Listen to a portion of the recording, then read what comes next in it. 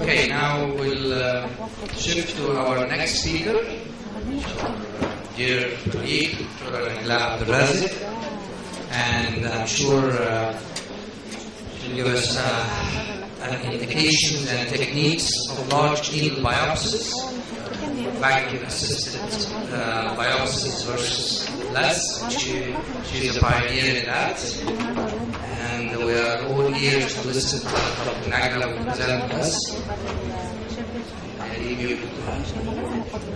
Okay, Nagla.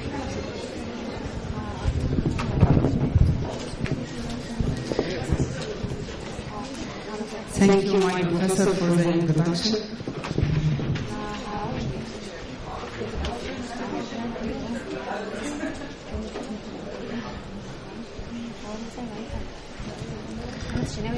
The presence and or absence of carcinoma in a clinically or mammographically detected abnormality can only be reliably determined by tissue sampling.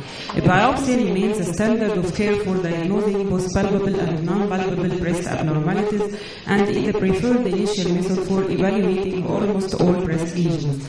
Studies have shown that the combination of physical examination, radiological imaging, and histopathological confirmation, also referred as a triple assessment, can produce accuracy level of over 90% when all the components are in concordance for benign and malignant.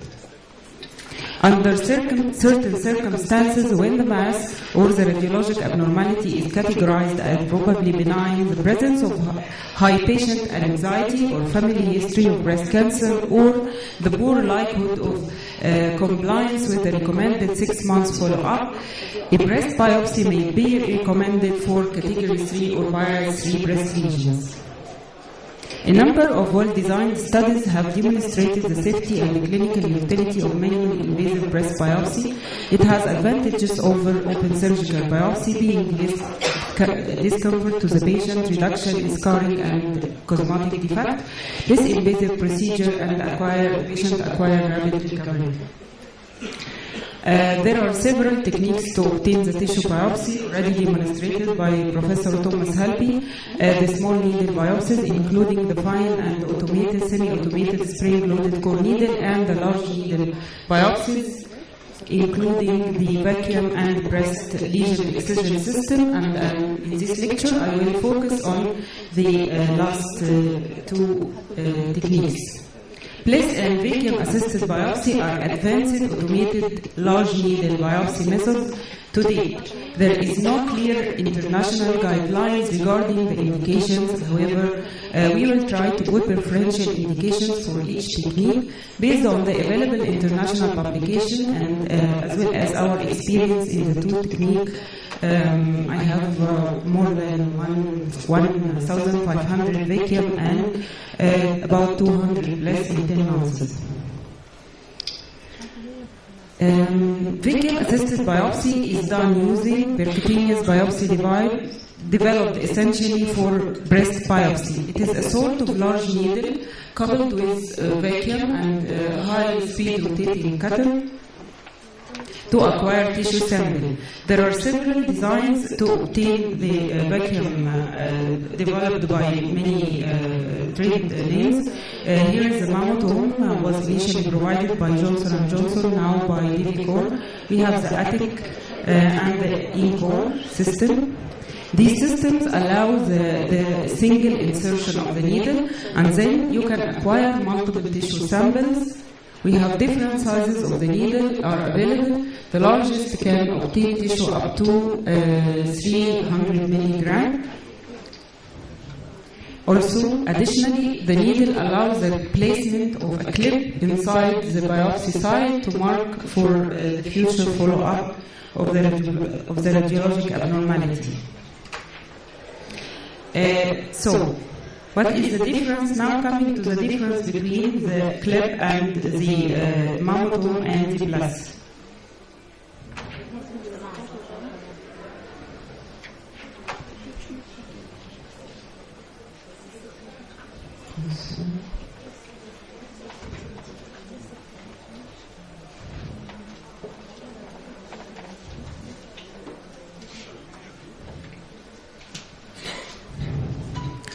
The vacuum-assisted biopsy is a continuous automated three-function: insertion, cutting, rotation, and suction. You have to insert your needle below the image evidence of a lesion in order to get most of the lesion. The needle function by continuous cutting and suction and then rotation. The tissue is collected in a small container at the end of the lesion, at the end of the needle, so there is no need to come in and out like the ordinary spring-loaded core needle biopsy. Just insert the needle, a single insertion, and then you control the needle using the press buttons outside the needle, and the tissue is being collected in a container outside the needle, so we can get most of the lesion in few minutes. Also, very important, the mammotum or the vacuum-assisted biopsy needle can suck blood from the cavity of the lesion in order to leave a bloodless field. Here we have a fibroadenoma about 2 centimeter diameter. Now it's almost completely removed in maybe less than 3 minutes.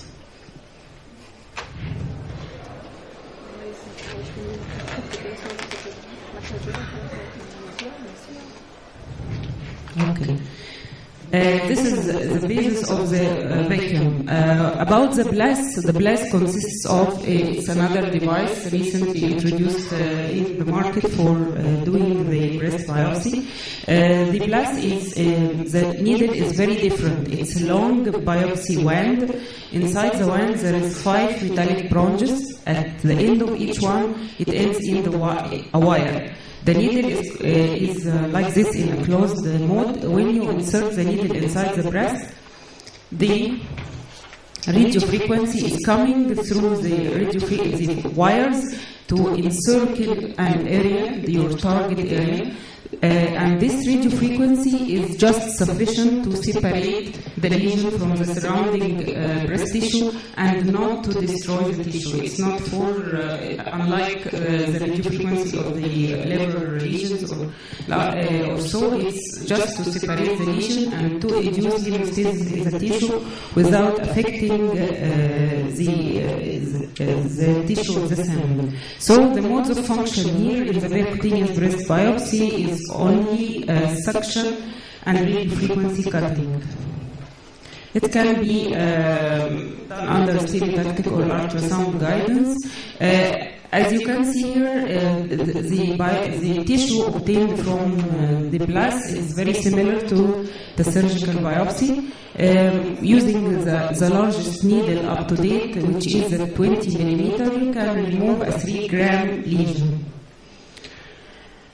The needle is introduced through a little bit larger incision than the one needed for the mammotum. For the mammotum or the vacuum, we need a small snap like 2-3 millimeter, but for the blast, it's preferable to have a 6 millimeter incision, and it should be deeper in the subcutaneous tissue because, as I told you, the biopsy wand is very difficult to pass inside the breast because it's not metal, so it needs some help with the incision before. This is the needle after obtaining the biopsy. It's a complete lesion, and this is a sample radiography. It's very important to obtain sample radiography for all your specimens.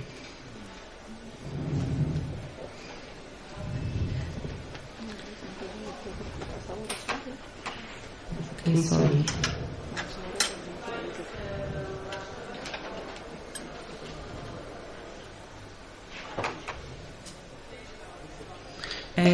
Here is a blast needle just pointing to the middle of the lesion. Radio frequency is coming up to surround the lesion and separate it from the surrounding tissue. Here you can see after. This is the tissue inside the biopsy ring of the needle. And it is a very extensile. You can remove it from the very small incision you made before. And it requires, of course, no sutures after.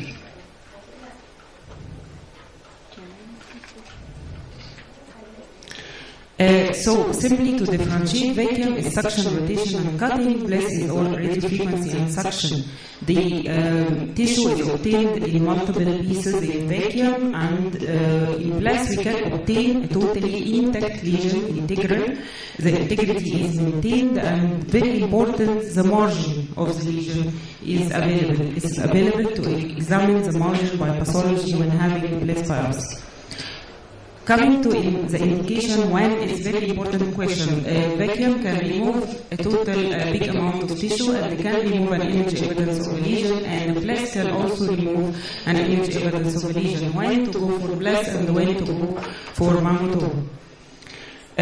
We have therapeutic and diagnostic indications. As regard for the therapeutic indications, there is a recent trend approved by the International Society of Breast Cancer in the United Kingdom to approve the mammotome for resection of image evidence of a lesion recommended in removing benign lesions like fibroadenomas, lipomas, complex cysts, intraductal vegetation, hamartomas, and scars, and why to remove benign breast lesion. I told you before, the radiologically categorized virus 3 lesion in patients with high level of anxiety, positive family history, inconvenience for 6 months follow-up. It may be better to remove the lesion, not to wait for the follow-up. Here we have a case of fibroadenoma before and after removal using the vacuum, and this is a papilloma before and after vacuum. This is another papilloma, this time removed with the bless. Okay, there are certain situations vacuum is preferred and comes in the front line before bless. What are these situations? We cannot use the bless in lactating women and in patients with breast implant owing to the heat of the radiofrequency. It may affect the integrity of the implant. Also, patients with electronic devices like pacemaker contraindicated. We have also relative contraindications like patients having multiple lesions, because the mammotome needle or the vacuum needle can remove more than one lesion. You cut and repeat the process. So you can remove one lesion, 2 lesions, 3 lesions. It's not a problem. But the bless is one needle for one lesion. The radiofrequency is expired after removing one lesion. So it would be expensive to remove multiple lesions with multiple needles, but it is not an absolute contraindication. It's a relative contraindication. Also, when having a lesion, it's just below the skin, there is no space for the wires to move, or above the pectoralis muscle, just above the pectoralis muscle, you do not have enough space for the wires to come up. So we do not prefer it in these situations. You should have at least 6 millimeter distance. So I would this table to differentiate. Bless is preferred if a lesion below 20 millimeter with more than 6 millimeter distance around, solitary lesion, patient not lactating, not pacemaker, and without implant, and very important, if the margin is needed to be assessed. In this situation, we prefer the bless. But having lactating women or pacemaker or implant, of course, vacuum is preferred. In this case, we have 2 fibroadenomas. That's before and after being removed with vacuum. And here is a video of the patient with breast implant having fibroadenoma and very, very strong positive family history. Shows she preferred and her surgeon preferred to remove it using the mammotome. As you can see, it's very safe to insert the needle between the lesion and the implant, providing that you are using the lateral approach, and you can see the needle and the lesion all the time. So it's not a problem to do mammotome in patients with breast implant, but it is contraindicated to use the bless.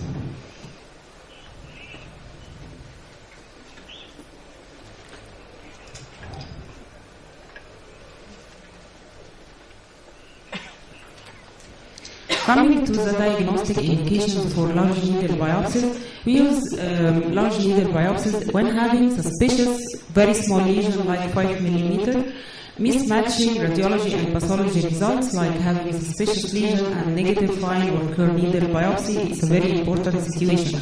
Or when having mastopathic lesions for exclusion of high-risk lesions including ADH, radial scar, DCIS, and lobular breast in situ carcinoma. Also, the unclassified suspicious microcalcification, especially if involving large area of the breast, the situation can be solved using the large needle biopsy, and in cases of focal architecture distortion, and of course, if having contraindication to general anesthesia and operation. To sum, we use the large needle in having small high-risk lesion via 3 and 4, and we are suspecting high-risk lesion like ADH, ALH, papillomatosis, radial scar, sclerosing adenosis, and PUSH. I will demonstrate this in some cases. We have here a small 5 millimeter lesion was biopsied using the mammotome, and it revealed an invasive duct carcinoma. This is another similar, but it was a small fibroadenoma. Here we have a mastopathic area. Mastopathy is you don't have a mass. You have something like glandular alteration, maybe associated with clustered microcysts. If having positive family history, this is an important indication. And here this mastopathic area revealed by vacuum-assisted to be sclerosing adenosis. It's very similar to the previous one, but here the pathology was DCIS. We have here a hypoechoic irregular lesion beside the breast cyst and was diagnosed after mammotome vacuum-assisted biopsy suction to be radial scar.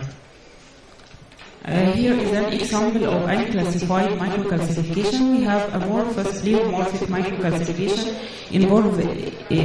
occupying a little bit large area. We can categorize it as Byers 4A, and here is a biopsy done using the vacuum-assisted biopsy. And you can see the microcalcification inside the sample.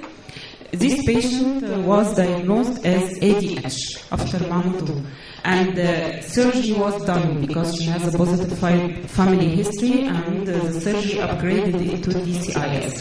So still, with using the mammotome as the vacuum-assisted needles, we still have underestimation rates. Here is another case of unclassified microcalcification involving large area amorphous but with some degree of clusters and some pleomorphism. It was biopsied using the breast lesion excision system, which revealed a DCIS, and no upgrade was found after open biopsy.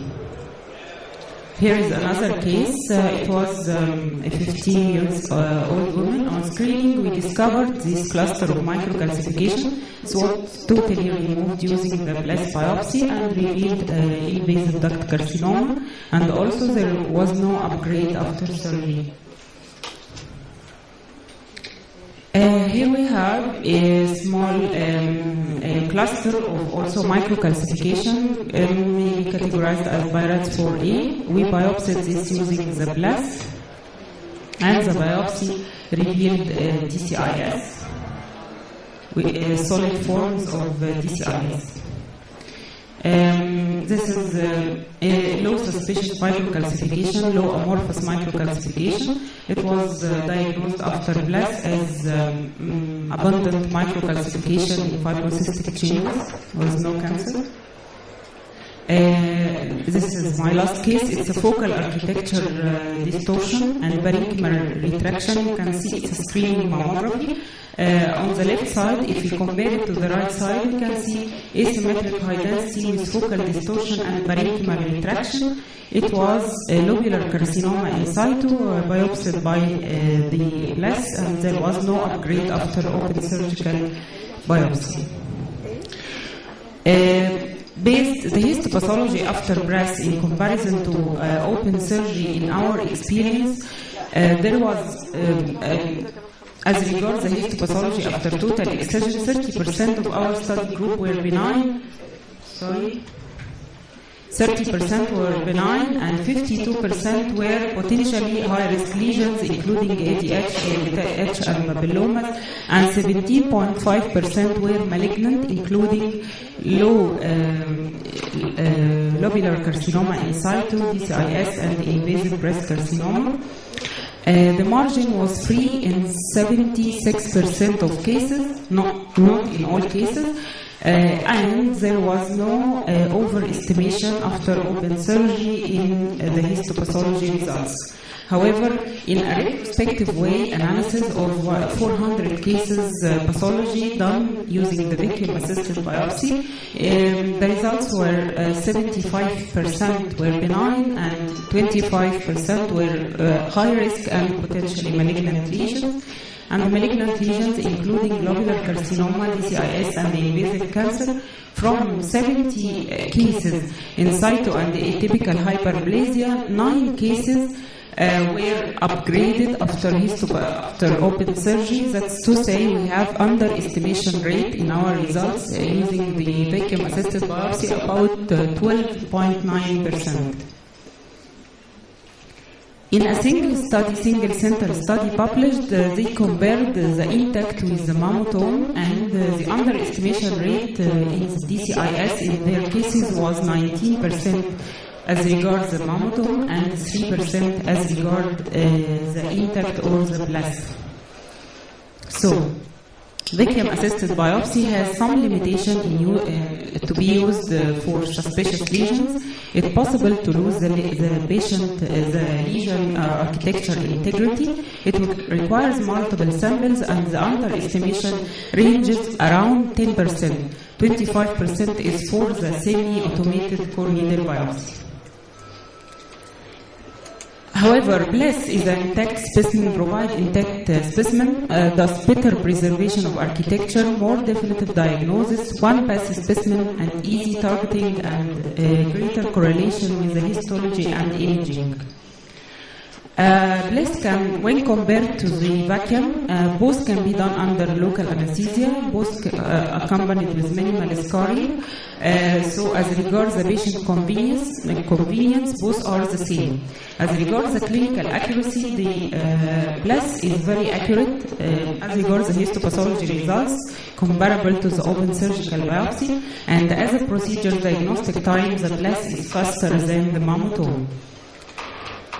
So, the National Institute for Clinical Excellence in the United Kingdom, in their recent report, completed the analysis of several case series concerning the image-guided vacuum-assisted excision of benign lesion, and the NCE concluded that the current evidence of safety and the efficiency of image-guided vacuum-assisted biopsy of benign tumor appears to support the use of the procedure.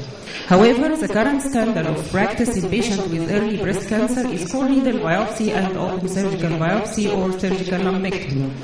Researchers and device manufacturers have proposed the automated excision device as an alternative to open surgical biopsy. However, they are not being approved for the use of early breast cancer treatment modalities.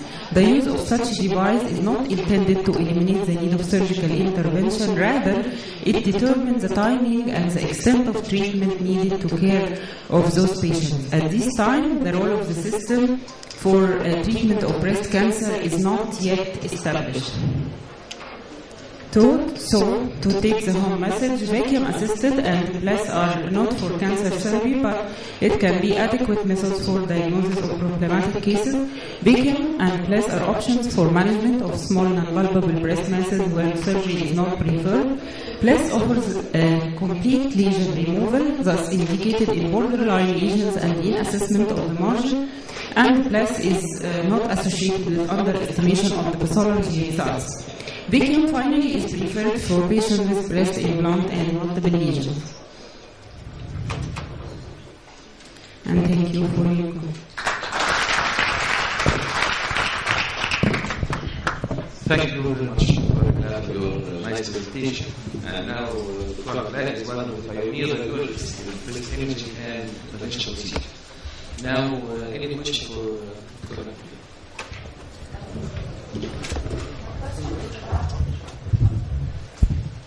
Thank you Dr. Taglier. My question is about the needle, the blessed needle. I noticed in the images that the blessed needle, you can't see it well in ultrasound like a vacuum-assisted needle. So does this make the procedure more time-consuming, or does it make a difference? Okay, it's a good question. Actually, the blast needle is covered by like plastic cover because there are wires for radio frequency coming inside the wind. So yes, it moves with difficulty inside the breast. This is number one. Number two, you cannot see the whole length of the needle as you mentioned, unlike the monotone, but you can see at least the tip. The tip is only metallic, and you can see it very clearly in ultrasound. Of course, you can see the wind, but not like the way you see the monotone needle or the vacuum-assisted needle. The difficulty in introducing the needle very much decreased after having some experience in patients. It only moves with difficulty in the dense breast, but if having fatty breast, it's very easy. Also, you can facilitate the process by injecting local anesthesia a lot, injecting saline with mixed anesthesia around the lesion and along the path. Very important to inject along the path. This facilitates the process of moving the needle. Also, you can put the patient in a position that's completely fixed, and you have to choose the shortest portal to the lesion because it moves with difficulty. But can you see it? Because you can't see it. But there is the difficulty not in visualizing the needle, the difficulty in moving the needle.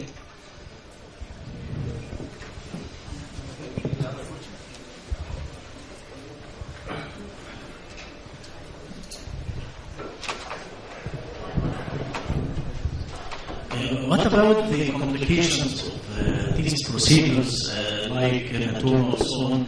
And what about also about the post-procedure care? Okay. About the complications, it's poor complication. It's not much. You can encounter hematoma after the procedure. The patient may acquire pain after the procedure. The only serious problem is having hematoma or bleeding after the procedure. We will do like management of hematoma, but if hematoma occurs during the procedure, when using vacuum, you can suck the blood using the vacuum-assisted biopsy needle. Okay, and you have to compress the tissue after making the procedure at least for 10 minutes. Making good compression, especially with ice, for 10 minutes will not lead to hematoma at all. You remember when we catheterize the femoral artery itself, after compression, nothing occurs. So compression for 10 minutes is very important. For management of hematoma, sometimes I use acute bleeding, adrenaline soaked something. Dressing and compress with it. This is the only serious complication. Also, infection can occur, but this means you were not in a sterilized conditions. You were not perfect in your sterilization if infection occurs. About the post-procedures instructions, we usually make a compression bandage around the chest of the patient to enable compression of the breast, also to avoid bleeding and hematoma. And I wrote for the patient antibiotic and anti-inflammatory for 5 days.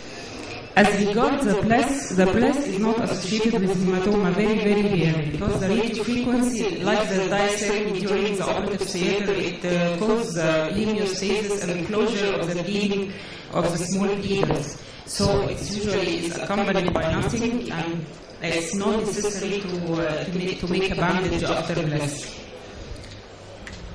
Okay. Thank you very much, Dr. Nagla, for the lovely presentation. Like I said, do you feel a difference